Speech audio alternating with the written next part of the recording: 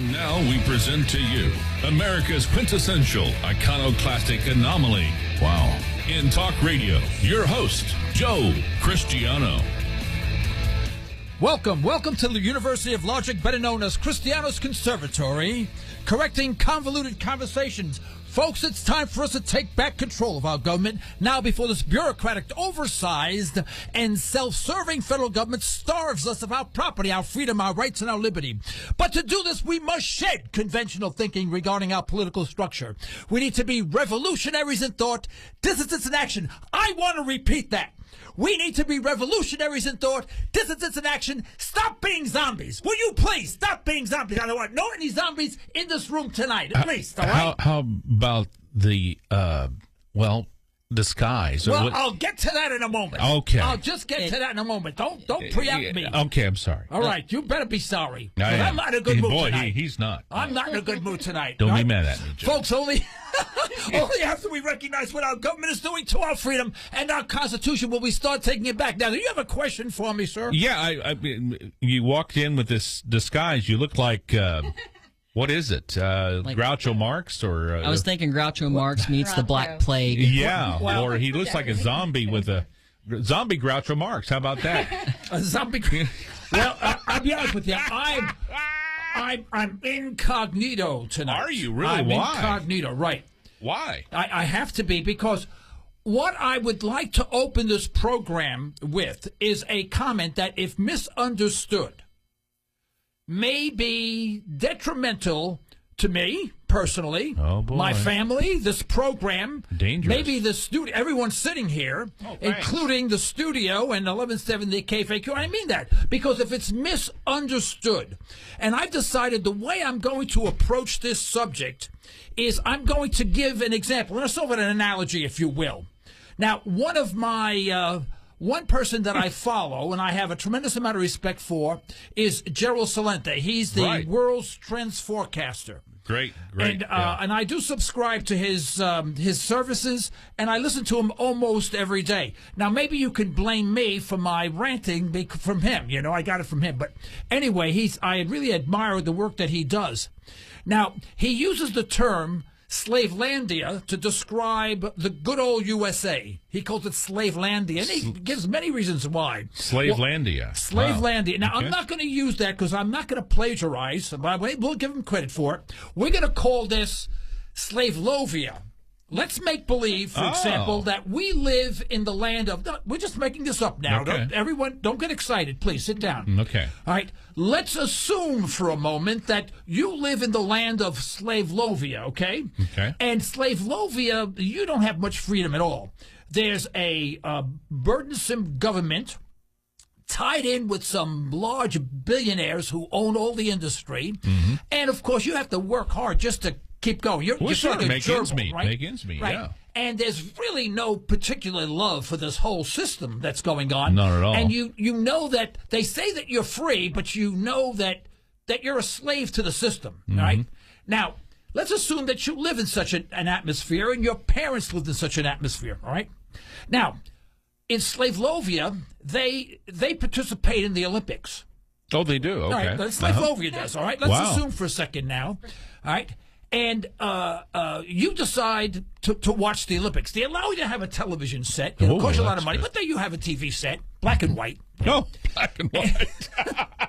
And you're watching it. Mm-hmm. All right, now, when you watch that, now, honestly, when you watch that, you'll be rooting, obviously, for the athletes from Slavelovia. Right. I mean, you really, your heart's in it. You bet. These guys have worked hard. Wanting them to get a medal. Worked hard. Yeah, worked for a medal. You know, and they may be in the luge or whatever, one of the, cross-country skiing or something. And you're really in it. You know, you're at the edge of your seat when they're playing. You know, the Slavelovian basketball team is, not the basketball team. They're not playing in the Winter Olympics, but, they're... The hockey team. The hockey team. Slavelovia, the hockey team. Right. Okay, yeah. And, you're really on there, you're cheering, right?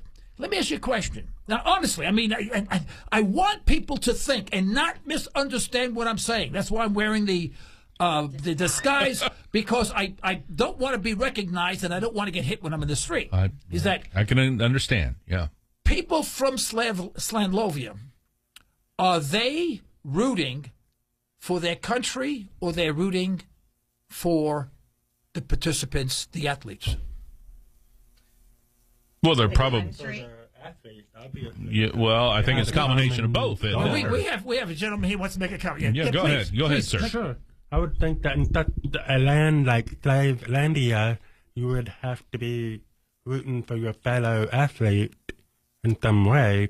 Yes, because okay. you're all under hardship, Yeah. and you're under a system. Right. But yes. would you be rooting for Slavelovia? Would you be rooting for Slavelovia?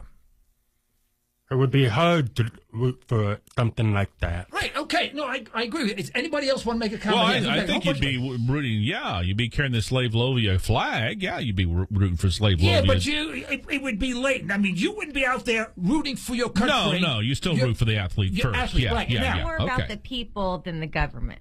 I would think of Slavelovia, but if you're a government official in Slavelovia, then I don't think they would really be rooting for anybody but themselves to make anything that they do look better. Very good point. Good right, point. Yeah. Now, I remember back in 20, 30 years ago, when the United States would play basketball, for example, against the Soviet Union, I would be at the edge of my seat. Who was I rooting for? Well, I was rooting for the United States. USA, go, go, go, all the way. Right? And also, I would be rooting for the participants, right? Yeah. Something very strange happened this year with the Winter Olympics. I didn't expect it. It wasn't made up. I mean, I didn't prepare myself for this whatsoever, and that's why I'm wearing this disguise. Well, what happened? Well, I wound up rooting for the athletes, but not so much for USA. Uh-oh. And I say that now. Please don't get please, folks. How I know dare you're listening you. out there. Yeah, you say, I mean, there's I can see, I can hear the angry cars mob swerving outside off the already, road Joe. as we speak. An They're angry mob losing outside control. there. I am egging your car tonight. Yeah. It came as a surprise to me, as much as it may be coming as a surprise to you. As I said, I don't have that same loyalty, because when you think about it, loyalty toward what? Toward a country that allows itself to lose its freedom. For example, let me give you an example. Just the other day... There's somebody calling you about it now. Just the other day, I just threw my phone at somebody because I forgot to take it off. Folks, this is a wild day. It is a wild day, yeah. And, the angry mod's trying to gather outside, Joe. I'm slashing your tires. It is over. We're done. I can't take him seriously with that disguise, though, sometimes, Well, that's the true me. I want you to guess know so, that. yeah. Yes, the true me. But listen, the 2014 Index of Economic Freedom, the United States fell to 12th place. Now, we've always considered ourselves the most economically free country. Come to the United States. Remember, give me your poor, you're hungry. That's right. You're yearning to be free, that type of thing. And now we're number 12. Now, here's the big one. This I saw just 2 days ago. In the world, there's a World Press Freedom Index. And this is compiled by Reporters Without Borders. So it's just, not prejudice whatsoever. We fell behind Latvia and Slavonia and Romania, and we are now in 46th place. We dropped 13 notches in 1 year, which is a record. No country has ever fallen that far, that fast in 1 year. I think we're in trouble. Yeah. So my point being is that we are living in a country where I think more and more people, and I'm serious about this, that more and more people are starting to examine their concept of country, their loyalty to country, and what does that really mean? Well, sure. Now, let's assume we lived in Slavelovia, right? You wouldn't have ultimate, what do you call, what's the word I'm looking for? Help me with a word. We wouldn't have... Looking for what? Euphoria? Euphoria? No, I guess. I lose words once in a while. I hate that. Folks, don't listen to me. I'm not with me today. Yeah. But we don't have this loyalty. How could you have loyalty towards a government? And then you say, well, what is a country? Is a country is it the trees, the mountains, the rivers? Is it the people, the government? And once the people allow the government to be abusive, are you rooting for that? Nope. And I think all of this is flying in my head. And when I'm watching the Olympics, I'm rooting for the U.S. team, but I'm having a lot of trouble mustering up that same loyalty and fervorousness. Respect for your government, that's what happens. What's that? When people lose respect for the government and their freedoms, that's what happens. Yeah. And you've seen it in other countries. We just haven't seen it here as much as it has been so prevalent as of recent years. Yeah, and we see this. I mean, every day something happens where we go, my goodness, how did that happen? My goodness, how did this happen? Well, I think it's particularly dangerous right now because America's always had the advantage of having our Constitution, having our ideals. Even when our government sucks, we've always had the ideals to rely on. Now, those ideals are like so far away, we just associate this country with the crap Obama's doing. That's right, it's disassociation from your government. Yeah. You don't feel as associated. You know, it's That's like a disassociation of it. Hey, folks, listen, it's 855-866-1170. I want to hear from you. If you think I'm nuts, crazy, if you feel the same way, don't feel the same way, I'd like to hear from you. 855-866-1170, right here on Liberty Talk Radio, 1170 KFAQ. This really bothers me, folks. I know I jest a lot. You know, I try to... make it interesting, if you will. But this is very serious. And we should really try to understand how serious this really is. These are indications that our country is declining in its freedom. And this is what this country is supposed to be all about, is freedom. People all over the world want to come to the United States because they're free. And all the indexes are indicating that we are going down the tube. Further and further away from that. Absolutely. We're getting further and further away.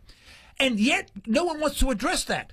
And yet, we still have people going, USA, USA. No, we should think a little bit more. That's being a zombie. Yep. Yeah, exactly. And not that I don't love this country, but when I say that, what am I saying? I don't know what I'm saying. You used to love the country. I have no idea. No, really, I have no idea. Well, I like those damn trees. You know, a guy at the coffee shop actually said this to me. He says, you know, the difference between you and I swear to God, is that conversation. He says, you know the difference between you and I? I said, what is it, Carrie? He says, I love my country more than you. No. I said, well, explain it to me. He says, well, I love he says, I love the mountains. I love the streams. Sounds like a song. You know, I love the whatever, you know. Mountains majesty. And so what I did is I repeated everything that he said. I said, oh, I love the mountains. I love the streams. I love the, you know. I said, you know what? And I also love the deserts. I must love this place more than you. And he stopped. And he really stopped. He went, I guess I said something really stupid. Well, because it is stupid. Yeah. I mean, when you say you love it, I don't know what that means. Mm-hmm. Now, if you love the ideals of the country, the ideals of the Declaration of Independence, and the freedoms that it protects, not that it gives us, we have that all the time. We are born with that freedom. We are born free. No one owns us. But preserves that freedom, then I say I love this country.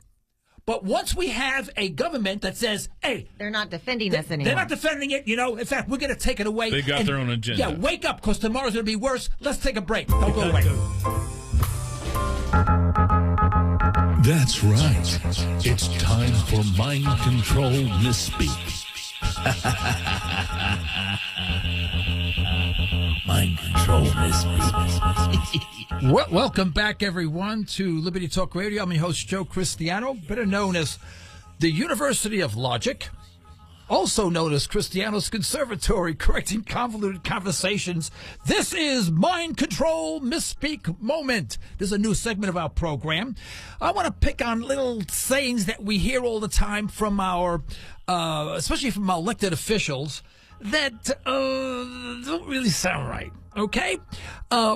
What we've been hearing for the past, in fact, few years is that capitalism doesn't work anymore. Thus, we need more government involvement. You know, I've heard that so many times, and you hear it from, people of certain political persuasions on both sides of the aisle, everywhere. And when you think about it, they say, well, geez, capitalism doesn't work anymore. Well, geez, I wonder where it got broken, and maybe we should glue it back together again. What do we do? Well, let's give it to the government, and they'll fix it, right? And this is what we tend to do. Well, folks, the problem with that statement is that when people say capitalism, it no longer works, they're not qualifying what capitalism is. Now, very simply put, capitalism is a form of economic activity whereby individuals own the means of production. I mean, in the simplest form, that's the pure form of capitalism. Now, sometimes they're owned not by individuals, but also by companies. Of course, the companies are owned by individuals who are the stockholders. Unfortunately, through the past few decades, more and more of the economic activity has been owned, run, operated, or highly influenced by government. And that's where you have the problem. You see, the problem is not capitalism, which is a term I don't care for, because even Karl Marx believed in capitalism. You need capitalism with which to run anything, to make anything. You need capital which to buy machinery and whatever, whether or not it be a free enterprise system or a pure communist system or a socialist system or a fascist system.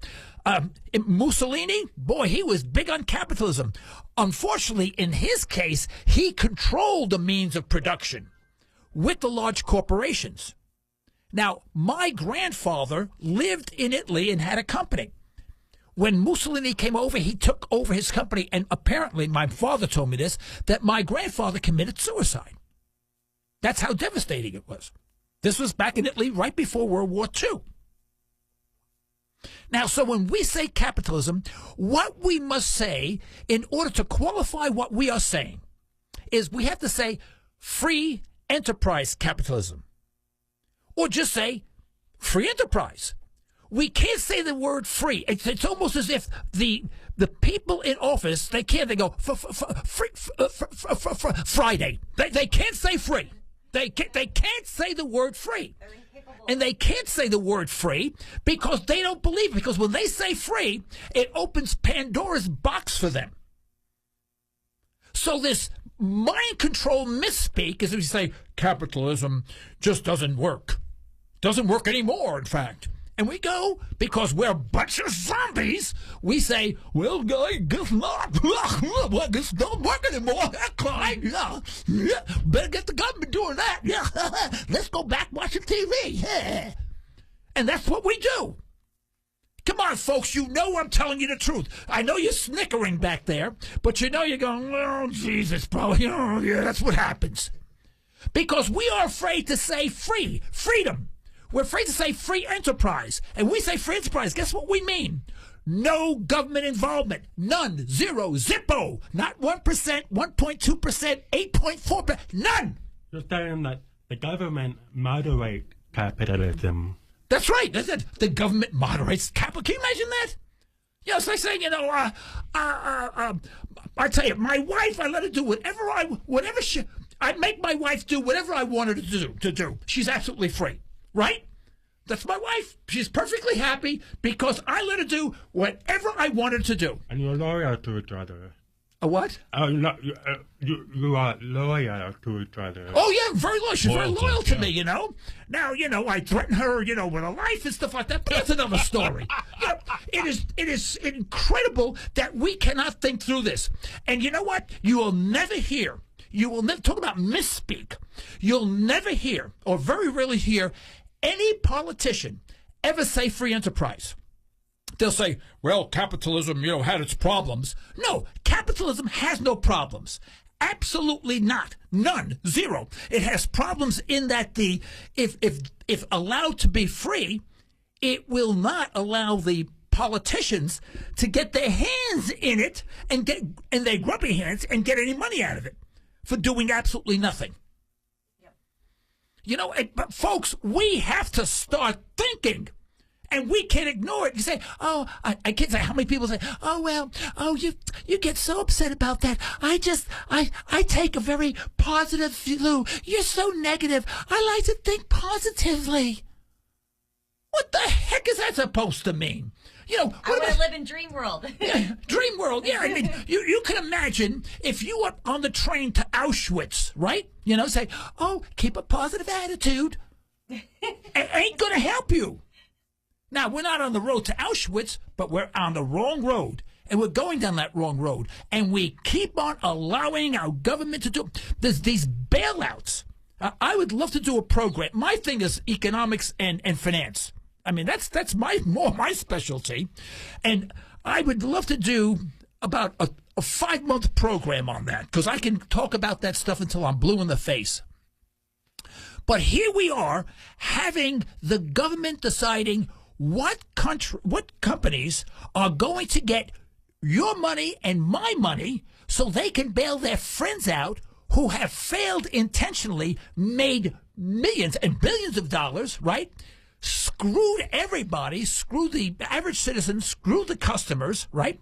Then they get money from you and me, give it to these gangsters, and put them back in business again. And they say, well, they were too big to fail. Now, you know what? I took economics. I took several economics courses. I took several finance. I used to do for a very large oil company. I did financial statement analysis for the valuation of any big company that wanted to do business. Now, when I say big, I'm not talking about $1,000 a month. I'm talking $100,000 a month. So I had to know what I was doing. So I know something about this stuff. I've never heard of too big to fail. I never had a client where they say, well, Joe, if you don't sell them the fuel, they're going to fail, and they're too big to fail. It was never in our vocabulary. Where did this come from? Did you ever? I want to know if anyone has ever taken a course in economics or finance in college, and there's a chapter too big to fail. Come on, it's 855-866-1170. I want to hear from you. Tell me what page, and I want chapter and verse from that book. But you know what? Although it doesn't exist, after we take the economics course, you know, after being financed by the government and going into debt that we'll never get out of, you know, and we graduate and can't get a job, so we wind up in Wendy's, then we believe in too big to fail. And then we're angry at the big corporations, and the government should monitor the big corporations because they're taking advantage of all the small people. What's the matter with us? Have we lost our minds?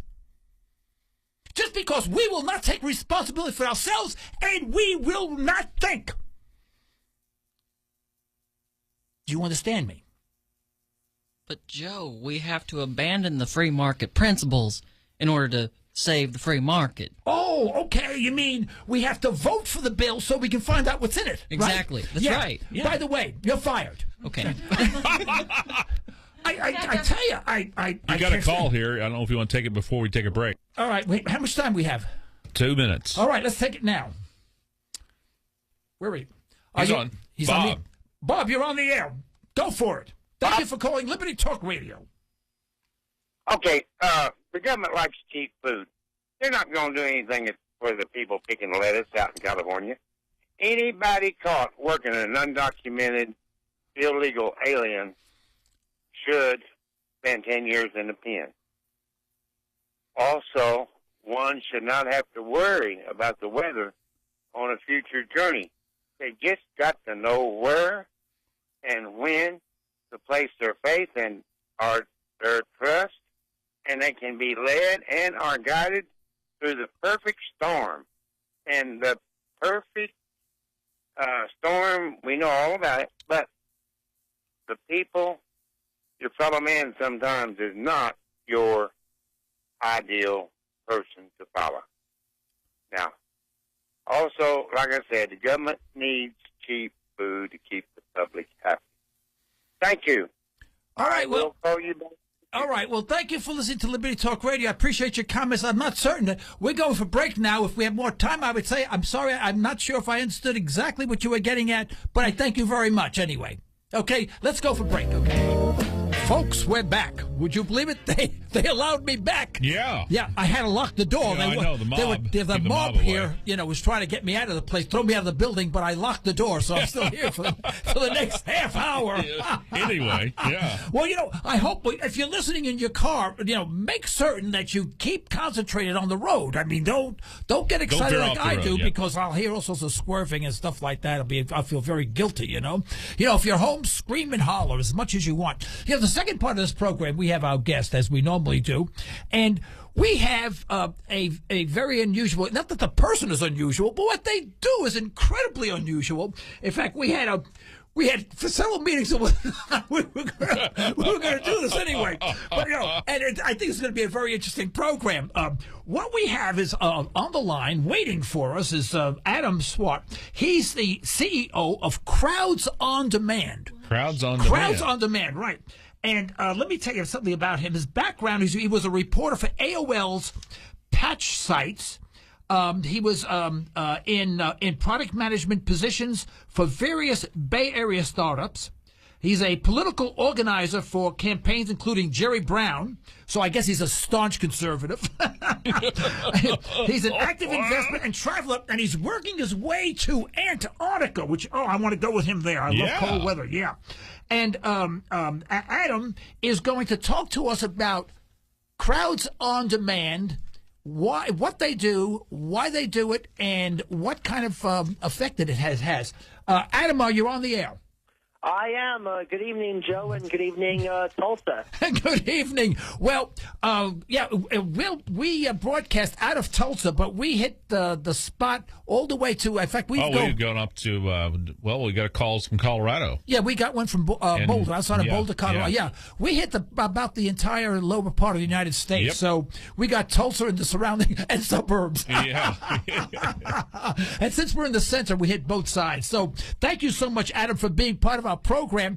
And I semi-apologize for the type of introduction, but this is the strangest thing I've ever seen in my life. And I guess this is the strangest occupation that I ever had to introduce on this program. So I would like for you, for my benefit and for the benefit of our tens of millions of listeners, what the heck is Crowds on Demand?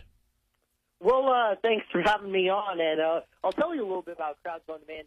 Basically, we give our clients the ability to have a crowd of people, whether it's for a protest, a mock protest, a political event, a political campaign event, just to honor employees, for a corporate publicity stunt, whatever you need, when you need actors, when you need people on demand at your disposal, that's what we provide.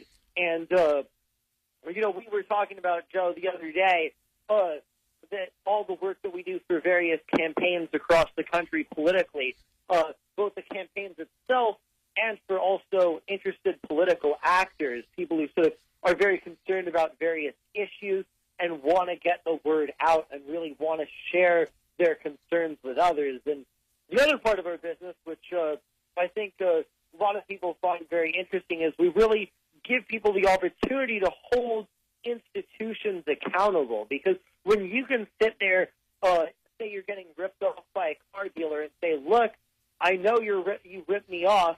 If you don't rescind the rip-off deal that you gave, then I'm going to have 10 people picket your dealership for the next week. And it really changes the way that we sort of interact with authority. So I think we give the power back to the people in that sense, Joe. Yeah, well, when I was thinking about Crowds on Demand, I was just thinking it from a political point of view. I didn't look at the commercial aspect of what you do. Exactly. Yeah, we really are a lot of things to a lot of people, and we're everything from sort of the commercial events, public relations type of things, and also political. Well, I can't. I'm trying to instill into my head, how did you come across the idea of doing this? I mean, I can see a bunch of guys sitting at a bar saying, hey, let's open a girly bar. I can understand that. How did you ever get from that, how did you get to Crowds on Demand? What was the motivation to do that? Well, in my experience, and I'll touch on how I got into the political realm in a second, but I think that the story of how I started was that I was on vacation in Eastern Europe, and I was getting off a plane. I saw someone whisked away in an SUV, being taken a lot of pictures of. Everyone seemed to know who this guy was, and I had no idea who this was. But I crowded around and wanted to see who it was and paid a lot of attention to this guy. And I got to thinking, anyone can really make themselves famous under the right circumstances. So then I got to thinking, why not apply that to other fields, not just celebrities, but for corporate events and then also political events? What defines a good political campaign from a bad political campaign? One of them is the amount of enthusiasm that people have. And when you see rallies that people, like President Obama had leading up to his election, or like Reagan had in the 80s, that really gives people the impression that this person has a lot of support. And what our political clients like is giving people that impression by hiring our crowd, and it's been really effective for them. Well, whenever I watch a enthusiastic crowd cheering on the likes of President Obama or even the President Bush, I put them all in the same category. By the way, I guess I'm a political atheist in a way, but I say, and they're so enthusiastic. I say, what planet are these people from? I mean, I cannot identify with anything that this politician is saying. I rarely believe a word that they say, and these people are just, they're near throwing up. They're so excited. Now, are these people your people that you've planted there and paid to do that? To be honest, Joe, oftentimes they are. Especially the most enthusiastic crowd members. I mean, I'm not going to go into who our clients are because we sign strict confidentiality. Oh, no, I understand that. Yeah. With them. But I will say that we've been present at a lot of rallies for everyone from very well-known political figures to very, less well-known political figures. And we deliver great service to all of them. But yes, we give them a lot of these enthusiastic supporters who really sort of will jump up and down supporting them, will really give talking points supporting them, clap for whatever they say, and it's really effective. I mean, it gets the media, it helps shape the media's narrative of these candidates. Because if you have a lot of people cheering for you at a rally, the media is going to cover that, and it's going to change the narrative. If you only have a few people at the rally and they're not super enthusiastic, the media is going to cover it very poorly, and it's going to show in your polling numbers. Oh, sort of like when people ask me to speak somewhere, I talk to the waiters. By the way, that was a joke. You could have laughed on that one, Adam. You could have given me some. I was laughing. I should have hired. You know what? I should have hired a couple people to laugh. Yeah, you should have. Yeah. You know that? I see what you mean. Well, now, but is it not important for you to maintain an extremely low profile, not be on programs such as Liberty Talk Radio, and telling people about all of this? Because don't you want to, isn't it one of your objectives is to make certain that no one really knows that any of these crowds are in fact made up of paid participants? Well, it's a good question, Joe. And one of the things, I'm a big, passionate defender of what it is that we do, and I want to encourage its use more as opposed to other techniques that people use. I mean, look, Joe, people use advertising, these direct mailers that, like every election, I have like 20, 30 pounds worth of junk mail from candidates. You turn on the TV, you see all these misleading negative ads where Republicans and Democrats are both slandering each other. What we do is actually help the democratic process, because when you see an event on the street supporting, whether it's one of our events or not, but particularly if it's one of our events, we emphasize a lot of the substance of the candidate. And when you're walking by the event, people tune in and people will come and see. And if you agree with the candidate, it makes you realize, oh, look, there's an election coming up. I mean, voter turnout is really low. It highlights the importance of the election. If you disagree with the candidate's approach, again, you can disagree and ask a tough question. But regardless, I think what we do really stimulates the political process and stimulates participation. So I'm trying to sort of spread this as another method of political campaigning. I would prefer that people use paid crowds over a lot of the other tactics that they're using now. Oh no, yeah, and I agree with you. You know, it becomes a measure of which is worse. One of my staff members here, Gary, has a question. Gary, you have a question? Yes. Hi, Adam. My question is, you said something earlier about, say somebody is disgruntled at a particular car dealership, and you can go in there and hire a crowd to put pressure on this individual. How do you draw the line yourself personally between groups like, for what you do, and say a group like SEIU, who also orchestrates their own crowds and have a notorious reputation for being violent? I mean, we follow the letter of the law for one thing, Gary. So we always instruct people to follow the law, to follow any instructions from police officers, to follow any city ordinances when appropriate, and certainly we tell them never to use violence, and not only never to use violence, but never to yell at somebody. If somebody's yelling at our guys, we're instructed to remain calm and not further antagonize the situation. I mean, one of the things that some unions have done, and it hasn't worked very well, is they've just hired people right off the street. They've just sort of grabbed homeless people or grabbed drug addicts off the street and are like, okay, here's $10, stand outside with this sign. It hasn't worked very well because they can't articulate their point.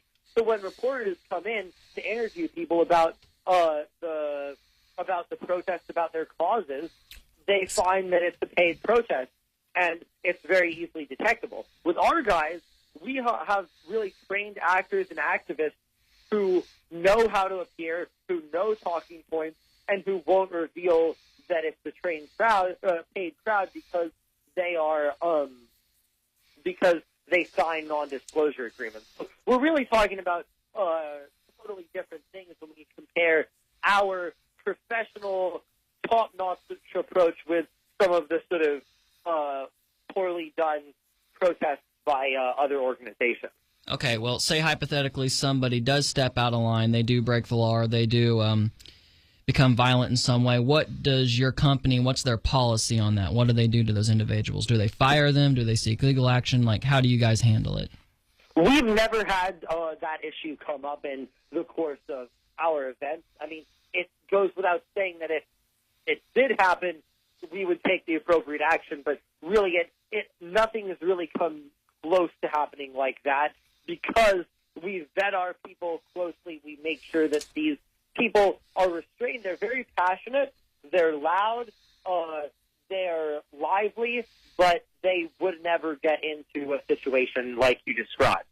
Adam, could it not be, I'm Aaron, Hi, could Aaron. it not be somewhat of a scandal for a politician using your services if that became publicized? Again, Aaron, thanks for your question. For one, again, like I mentioned, we have non-disclosure agreements, both that we sign with our clients and that our actors, our people sign with us. So it's certainly a rarity. The other thing that I would say is this: it really hasn't been a huge issue for us overall because it's a very discreet, deliberate approach. When people come in and ask our people about a rally or whatever, they'll have a few talking points, but if the question persists, then they'll refer the reporter or whoever's asking to the appropriate campaign person. We have such a professionally done approach that it really makes it very hard for things to be revealed.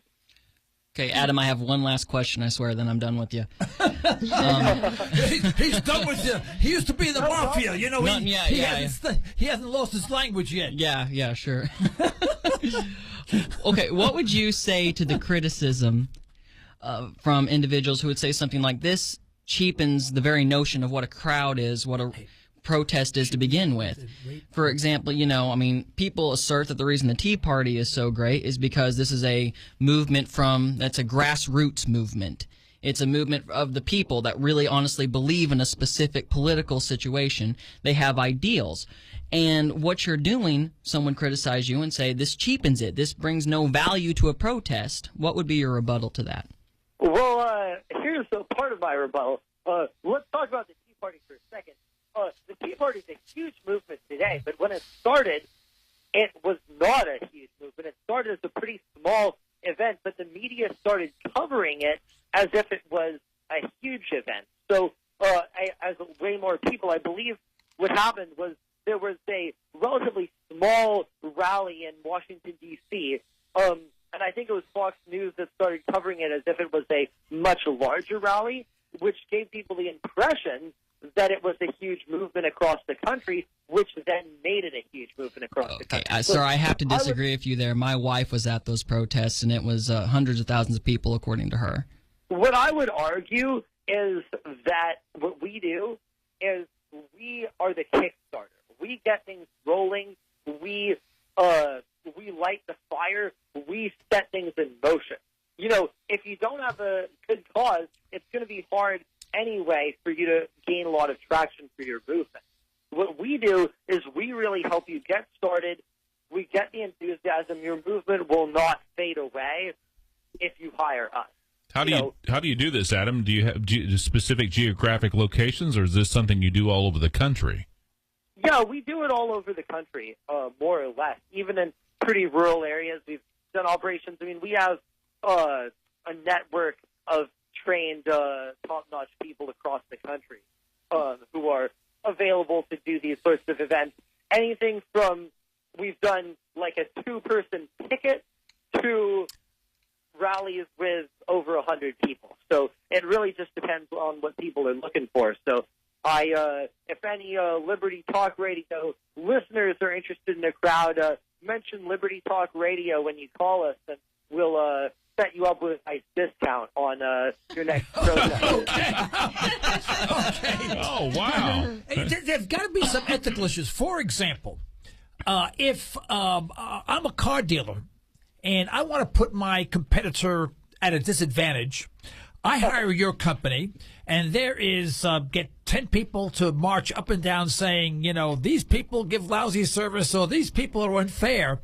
Would that not happen? I mean, don't you have a moral issue there? How do you know the legitimacy of the complaint that the person is having?